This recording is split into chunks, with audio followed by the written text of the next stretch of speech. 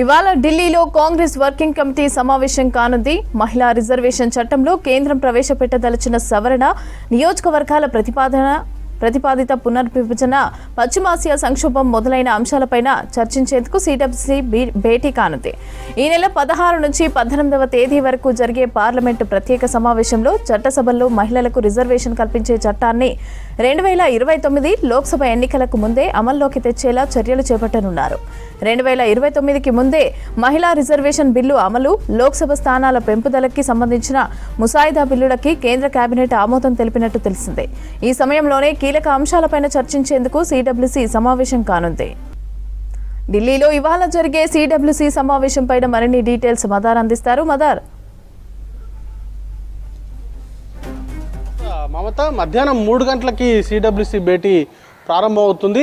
AICC ప్రధాన కార్యాలయం ఇందిరాభవన్లో ఈ సమావేశం జరగబోతుంది. ఏఐసిసి అధ్యక్షుడు మల్లికార్జున ఖర్గే అధ్యక్షతన సిడబ్ల్యూసీ సభ్యులందరూ కూడా హాజరవుతారు. సిడబ్ల్యూసీ సభ్యులతో పాటు కాంగ్రెస్ పాలిత రాష్ట్రాలకు సంబంధించినటువంటి ముఖ్యమంత్రులు రేవంత్ రెడ్డి, సిద్ధరామయ్య, సుఖ్వీందర్ సింగ్ సుఖు 3 రాష్ట్రాలకు సంబంధించిన ముఖ్యమంత్రులు కూడా హాజరు కాబోతున్నారు. చాలా కీలకమైనటువంటి భేటీ ఇది. 16, 17, 18 ఈ 3 రోజుల పాటు పార్లమెంటు ప్రత్యేక సెషన్స్ని నిర్వహించి నారీశక్తి వందన్ అభియాన్ చట్ట సవరణ చేసేటువంటి దిశగా కేంద్ర ప్రభుత్వం అడుగులు వేస్తున్నటువంటి నేపథ్యంలో ఈ భేటీ అత్యంత ప్రాధాన్యత సంతరించుకుంది. ఇప్పటికే గతంలో నారీశక్తి వందన్ అభియాన్ బిల్లు తీసుకొచ్చినటువంటి సందర్భంలో, అంటే మహిళలకు 1/3 రిజర్వేషన్లు కల్పిస్తూ గతంలో బిల్లు తీసుకొచ్చినటువంటి సందర్భంలో కాంగ్రెస్ పార్టీ సహా అన్ని పార్టీలు కూడా ఆ బిల్లుకి మద్దతును తెలిపాయి. దాంతోపాటు కొన్ని డిమాండ్స్ కూడా చేశాయి. 2024 జనరల్ ఎలక్షన్స్లోనే మహిళలకు రిజర్వేషన్లు కల్పించే బిల్లును ఇంప్లిమెంట్ చేయాలంటూ కూడా డిమాండ్ చేశాయి. అప్పుడు కేంద్ర ప్రభుత్వం ఒప్పుకోలేదు. 2029 జరిగేటువంటి జనరల్ ఎలక్షన్స్ నుంచి కూడా ఈ రిజర్వేషన్లు అమలవుతాయంటూ కూడా అప్పుడు గతంలో కేంద్ర ప్రభుత్వం చెప్పింది. దానికి డీలిమిటేషన్తో పాటు జనాభా లెక్కలను కూడా సాకుగా చూపెడుతూ అప్పుడు కేంద్ర ప్రభుత్వం 2029 నుంచి కూడా అమలు చేస్తామంటూ కూడా ప్రకటించింది. కానీ ఇప్పుడు సడన్గా ఆ నిర్ణయంలో మార్పు వచ్చింది.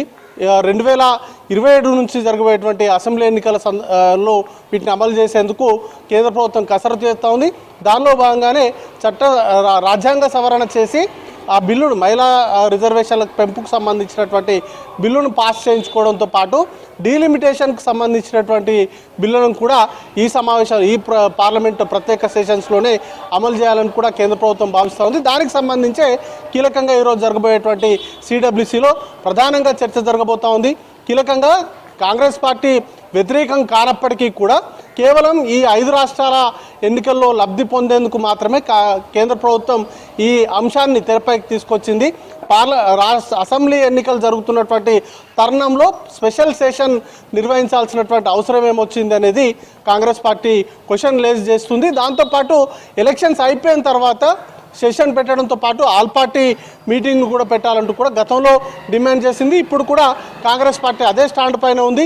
కేవలం 5 రాష్ట్రాల ఎన్నికల్లో లబ్ధి పొందడం కోసం మాత్రమే కేంద్ర ప్రభుత్వం మహిళా రిజర్వేషన్ల పెంపుకు సంబంధించినటువంటి అంశాన్ని తెరపైకి తీసుకొస్తుంది అనేది ప్రధానంగా కాంగ్రెస్ సహా విపక్షాలన్నీ కూడా అబ్జెక్షన్స్ రేజ్ చేస్తూ ఉన్నాయి. దీనిపైనే ఈరోజు ప్రధానంగా చర్చ జరగబోతూ ఉంది. వీటితో పాటు ప్రస్తుతం 5 రాష్ట్రాల ఎన్నికలు కూడా జరుగుతున్నాయి. వాటికి సంబంధించినటువంటి అంశాలు, దేశంలోని తాజా రాజకీయ పరిణామాలపైన కూడా సిడబ్ల్యూసీలో చర్చ అనేది కూడా ఉండబోతుంది. వీటితో పాటు మొత్తంగా దేశవ్యాప్తంగా బీజేపీ అవలంబిస్తున్నటువంటి ప్రజా వ్యతిరేక విధానాలకు సంబంధించినటువంటి అంశాలను ప్రజల్లోకి తీసుకెళ్లడం కావచ్చు, అలాగే విదేశాంగ విధానానికి సంబంధించినటువంటి అనేక క్వశ్చన్స్ అనేది కూడా రేజ్ అవుతున్నటువంటి తరుణంలో వాటిని కూడా ప్రజల్లోకి బలంగా తీసుకెళ్లేందుకు ఒక కార్యాచరణ అనేది కూడా రూపొందించేటువంటి అవకాశాలు కనబడతా ఉన్నాయి. మమత.